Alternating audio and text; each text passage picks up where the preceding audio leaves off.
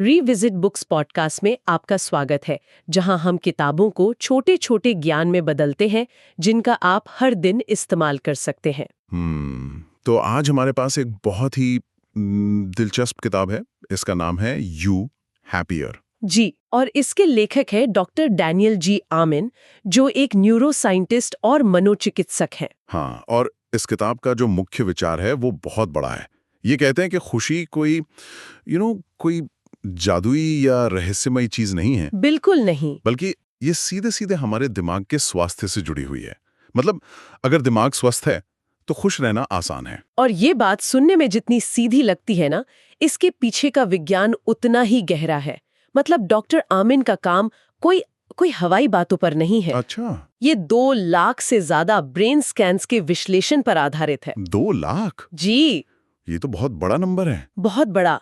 और ये स्कैन्स उन्होंने 155 से ज्यादा देशों के लोगों पर किए हैं। वाह! तो उनका सबसे बड़ा तर्क ये है कि हम सब एक तरह से खुशी को एक ही तरीके से पाने की कोशिश करते हैं, जबकि हमारे दिमाग अलग-अलग तरह से काम करते हैं। तो क्या क्या इसका मतलब ये है कि खुशी का कोई एक फॉर्मूला नहीं है जो सब पर लागू हो?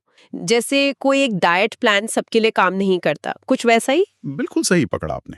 डॉक्टर आमिन कहते हैं कि जैसे चिंता या एडीएचडी के अलग-अलग प्रकार होते हैं, वैसे ही हमारे दिमाग के भी अलग-अलग प्रकार होते हैं। अच्छा। और हर दिमाग को खुश रहने के लिए एक अलग रणनीति, एक अलग रास्ते की जरूरत होती है। और किताब की सबसे शक्तिशाली लाइन शायद यही है। कौन सी? वो कहते हैं, आप उस दिमाग के साथ नहीं फंसे हैं जो आपके पास है, आप इसे बेहतर बना सकते हैं। वाह! ये विचार ही अपने आप में बहुत उम्मीद जगाता है। बहुत ज्यादा। ये बात तो सच में बहुत राहत देने वाली है। तो फिर ये किताब असल में है किसके लिए? मतलब किसे इसे पढ़कर सबसे ज्यादा फायदा होगा? मेरे ख्याल से ये सबसे पहले तो उन लोगों के लिए है जो अपनी भावनाओं के जाल में फंसा हुआ महसूस करते हैं, जिन्हें लगता है कि नकारात्मक विचार उन पर हावी हो रहे हैं और वो चाहकर भी उनसे बाहर नहीं निकल पा रहे। अच्छा, और जो अपनी आदतों को समझना चाहते हैं शायद? हाँ बिल्कुल, जो अपने मूड स्विंग्स या अपनी आदतों के पीछे का क्यों समझना चाहते हैं, उनके लिए ये किताब है। और मुझे लगता है ये उन लोगों के लिए भी है जो अपने रिश्ते सुधारना चाहते हैं, बिल्कुल। चाहे वो पार्टनर के साथ हो, बच्चों के साथ, या फिर ऑफिस में सहकर्मियों के साथ। क्योंकि अगर हम ये समझ जाएं कि सामने वाले का दिमाग हमसे अलग तरीके से काम करता है, तो शायद हम उन्हें बेहतर समझ पाएंगे, है ना? आपने बहुत ही अहम बात कही है। ये किताब सिर्फ सेल्फ हेल्प नहीं है, ये अदर हेल्प भी है। ये हमें दूसरों के प्रति ज्यादा सहानुभूति रखना सिखाती है। सही बात है। और हाँ, ये उन लोगों के लिए भी है जो सिर्फ सलाह नहीं चाहते, मतलब जो विज्ञान पर आधारित ठोस तरीके चाहते हैं। अगर कोई ये जानने को उत्सुक है कि उनका दिमाग असल में कैसे काम करता है और वो उसे बेहतर बनाने के लिए क्या क्या व्यवहारिक कदम उठा सकते हैं, तो ये किताब उन्हें कई आहा वाले पल देगी। चलिए, तो फिर इन आहा पलों की गहराई में उतरते हैं। किताब की सबसे पहली और बुनियादी बात क्या है? कहाँ से शुरू करें? तो सबसे पहली और सबसे जरूरी बात है कि आपकी खुशी की रणनीति आपके ब्रेन टाइप पर निर्भर करती है। लेखक हमें मुख्य रूप से 4 तरह के ब्रेन टाइप्स के बारे में बताते हैं। 4 तरह के? ये तो सुनने में काफी दिलचस्प लग रहा है। कौन-कौन से हैं ये? देखिए, पहला है स्पॉन्टेनियस ब्रेन टाइप, यानी वो लोग जिन्हें हर काम में कुछ नयापन और रोमांच चाहिए। अच्छा, जो रूटीन से बोर हो जाते हैं। हाँ, बहुत जल्दी इन्हें बदलाव पसंद होता है। दूसरा है परसिस्टेंट टाइप, जो इनके बिल्कुल उलट हैं। मतलब जिन्हें रूटीन पसंद है। जी, ये लोग अपने तयशुदा रूटीन पर चलना पसंद करते हैं, इन्हें व्यवस्था अच्छी लगती है और अचानक हुए बदलाव से ये परेशान हो जाते हैं। तीसरा है सेंसिटिव टाइप। ये लोग बहुत ज्यादा सहानुभूति महसूस करते हैं और दूसरों की भावनाओं से आसानी से प्रभावित हो जाते हैं। और चौथा है कॉशियस ब्रेन टाइप, यानी सतर्क रहने वाले। ओके, तो ये वो लोग हैं जो ज्यादा चिंता करते हैं। हाँ, इन्हें हर हाल में सुरक्षा की भावना चाहिए होती है। वाह, ये तो ऐसा है जैसे हम अपनी पर्सनालिटी के पीछे का बायोलॉजिकल कारण समझ रहे हैं। किताब में जरूर इसका कोई उदाहरण होगा जो इसे और साफ करता हो। हाँ, एक बहुत ही अच्छा उदाहरण है 2 बहनों का, एना और एम्बर। दोनों एक ही कमरा शेयर करती थीं। अब जो एना थी, वो थी परसिस्टेंट टाइप की। उसे अपना कमरा हमेशा साफ सुथरा और व्यवस्थित चाहिए होता था। अच्छा, अगर कोई चीज अपनी जगह पर ना हो तो वो दुखी और चिड़चिड़ी हो जाती थी। समझ सकती हूँ। वहीं उसकी बहन एम्बर स्पॉन्टेनियस टाइप की थी। उसका ध्यान हमेशा बाहर घूमने, दोस्तों से मिलने, इन सब पर रहता था। और कमरे की सफाई? उसे कमरे में फैले हुए सामान से बिल्कुल फर्क नहीं पड़ता था। मैं अंदाजा लगा सकती हूँ कि उनके बीच बहुत झगड़े होते होंगे। बहुत ज्यादा। वे हमेशा एक दूसरे की आलोचना करती थीं। एना को लगता था कि एम्बर लापरवाह है और एम्बर को लगता था कि एना बहुत ज्यादा कंट्रोलिंग है। लेकिन ये तो पर्सनालिटी का नहीं, दिमाग की वायरिंग का फर्क था। बिल्कुल।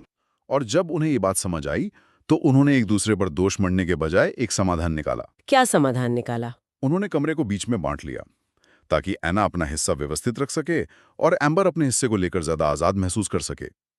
ये छोटी सी समझ उनके रिश्ते में एक बड़ा बदलाव ले आई। ये तो कमाल है। ये हमें सिखाता है कि जो चीज हमारे लिए काम करती है, जरूरी नहीं कि वो दूसरों के लिए भी करे। सही बात है। अच्छा, तो ब्रेन टाइप समझने के बाद अगला कदम क्या है? मान लीजिए मुझे अपना टाइप पता चल गया, लेकिन मेरे दिमाग में तो अभी भी नकारात्मक विचार आते हैं। उनसे कैसे निपटा जाए? ये किताब का दूसरा सबसे शक्तिशाली आइडिया है। लेखक इन्हें कहते हैं ऑटोमेटिक नेगेटिव थॉट्स, या संक्षेप में ANTs। ANTs? हाँ मतलब चीटियां। हाँ, ये उन बिन बुलाए मेहमान जैसे विचार हैं जो हमारे दिमाग में घूमते रहते हैं और हमारी खुशी को चींटी की तरह काट खाते हैं। जैसे मैं किसी काम की नहीं हूं, या हमेशा मेरे साथ ही बुरा होता है, इस तरह के विचार। बिल्कुल यही। ANTs, नाम तो काफी सटीक है। तो क्या लेखक इनसे लड़ने का कोई तरीका बताते हैं? हाँ, और तरीका बहुत ही मजेदार और प्रैक्टिकल है। डॉक्टर आमेन अपनी कहानी बताते हैं। उनके घर में एक पालतू रैकून था जिसका नाम था हर्मी। हर्मी? जी। हर्मी वैसे तो बहुत प्यारा था, लेकिन बहुत शरारती भी था। वो घर में तोड़फोड़ करता, एक्वेरियम से मछलियां खा जाता। अच्छा। और कभी-कभी मेहमानों पर गंदगी भी कर देता था। ये तो बहुत मजेदार तरीका है अपने दिमाग के एक हिस्से को समझने का। तो उन्होंने अपने नेगेटिव विचारों का नाम हर्मी रख दिया। बिल्कुल। जब भी उनके मन में कोई बेकार, नकारात्मक या झूठा विचार आता, तो वो खुद से कहते, अरे ये तो बस हर्मी फिर से शरारत कर रहा है। इससे क्या होता था? ऐसा करने से दो चीजें हुई। पहली, उन्होंने उस विचार को खुद से अलग कर दिया। वो विचार मैं नहीं था, वो हर्मी था। अच्छा, एक दूरी बन गई। हाँ, और दूसरी, उन्होंने उस विचार की शक्ति कम कर दी। जब आप किसी डरावनी चीज को एक मजेदार नाम दे देते हैं, तो वो उतनी डरावनी नहीं लगती। तो अपने नकारात्मक विचारों को एक नाम देकर हम उनसे एक मनोवैज्ञानिक दूरी बना लेते हैं। ये तो कोई भी कर सकता है। मैं तो अभी से सोचने लगी हूँ कि मैं अपने नेगेटिव विचारों का क्या नाम रखूं। हाँ, ये तकनीक बहुत शक्तिशाली है। लेकिन किताब में एक चेतावनी भी दी गई है। क्या? कि सिर्फ विचारों को नाम देना ही काफी नहीं है। अगला कदम है उन विचारों को चुनौती देना। आपको खुद से पूछना होगा, क्या ये विचार 100% सच है? क्या मेरे पास इस विचार को गलत साबित करने के लिए कोई सबूत है? बिल्कुल। जब आप ऐसा करते हैं तो आप उन ANTs को कुचलना शुरू कर देते हैं। ये विचारों को काबू करने की बात तो समझ आती है, लेकिन किताब हमारे रिश्तों के बारे में क्या कहती है? क्योंकि हमारी खुशी तो बहुत हद तक दूसरों से जुड़ी होती है। एक बहुत बड़ा सवाल है। हम अपने ANTs को तो काबू कर सकते हैं, पर दूसरों को कैसे बदलें? और किताब इसका एक बहुत ही सुंदर जवाब देती है। खुशी का छठा रहस्य, जैसा कि लेखक कहते हैं, ये है, दूसरों में जो आपको पसंद है उस पर ज्यादा ध्यान दे, ना कि उस पर जो आपको पसंद नहीं है। मतलब सकारात्मक चीजों पर ध्यान देना। ये तो सुना हुआ लगता है, पर क्या इसमें कोई नई बात है? बात वही है, लेकिन इसे समझाने का तरीका बहुत शक्तिशाली है।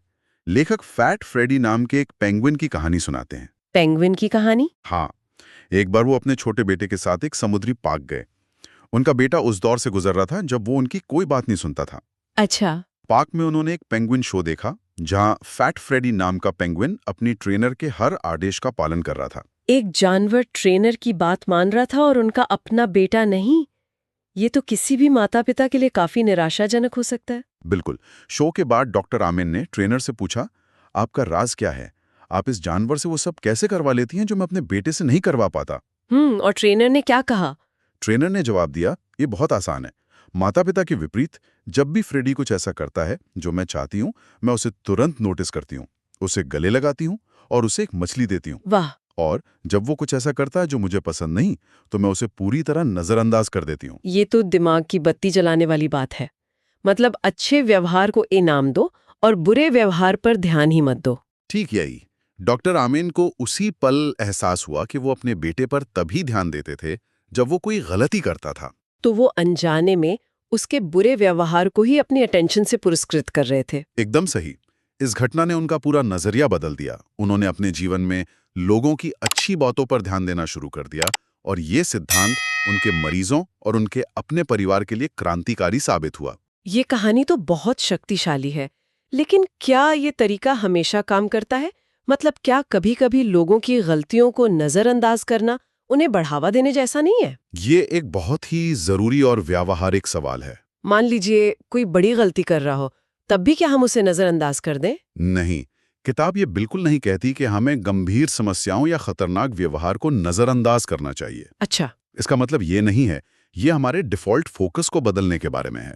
ज्यादातर रिश्तों में हम छोटी छोटी बातों, छोटी छोटी नाराजगियों पर अटक जाते हैं। सही बात है। ये सिद्धांत कहता है कि अपना 80% ध्यान उन चीजों पर लगाएं जो सही हो रही हैं।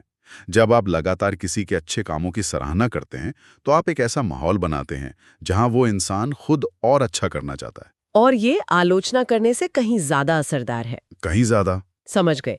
तो ये ध्यान के संतुलन को बदलने के बारे में है।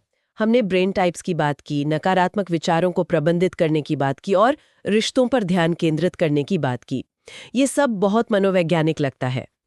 लेकिन हमने शुरू में कहा था कि ये किताब दिमाग के स्वास्थ्य के बारे में है, यानी बायोलॉजिकल पहलू। और आप किताब के सबसे बुनियादी और शायद सबसे महत्वपूर्ण हिस्से पर आ गई हैं।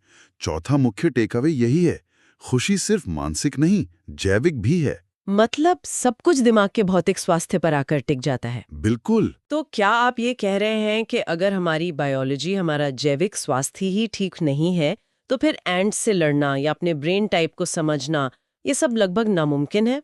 आपने इसे बिल्कुल सही तरीके से समझा है। क्या शुरुआत हमेशा शरीर से होती है? यही किताब का सार है।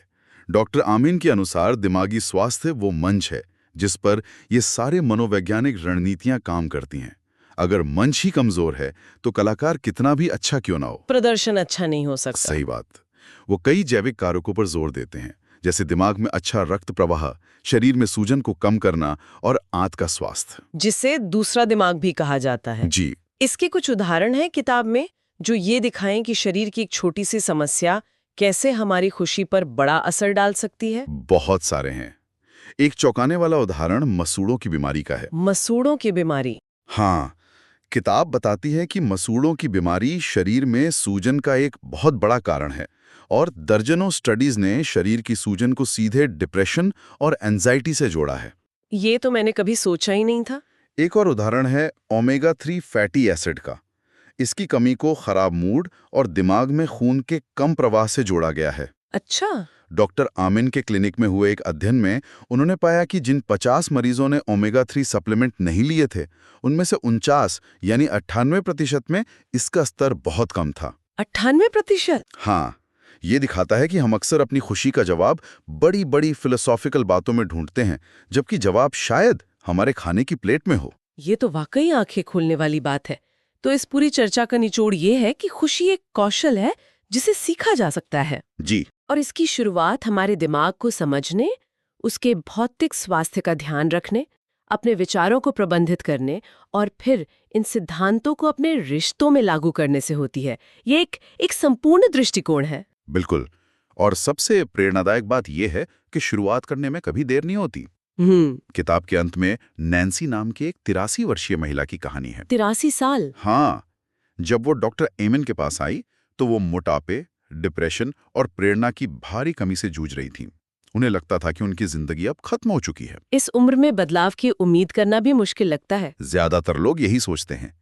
लेकिन नैन्सी ने डॉक्टर आमीन के सिद्धांतों का पालन करना शुरू किया।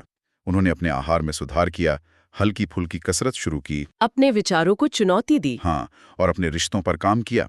कुछ ही वर्षों में उन्होंने 70 पाउंड वजन कम किया। वाओ! उनका डिप्रेशन पूरी तरह से खत्म हो गया और वो जीवन में फिर से सक्रिय हो गई। ये तो बहुत बड़ी बात है। लेकिन सबसे हैरान करने वाली बात तो तब हुई जब 83 साल की उम्र में उन्होंने अपना ब्रेन स्कैन कराया। क्या हुआ उसमें? उनका दिमाग एक स्वस्थ 40 साल के व्यक्ति जैसा दिख रहा था। ये अविश्वसनीय है। 83 की उम्र में 40 साल जैसा दिमाग? हाँ, नैन्सी की कहानी इस बात का सबसे बड़ा सबूत है कि हम किसी भी उम्र में अपने दिमाग और अपनी खुशी को बदल सकते हैं। ये पूरी तरह से हमारे हाथ में है। खुशी कोई ऐसी चीज नहीं है जो हमारे साथ होती है। ये वो चीज है जिसे हम खुद बनाते हैं।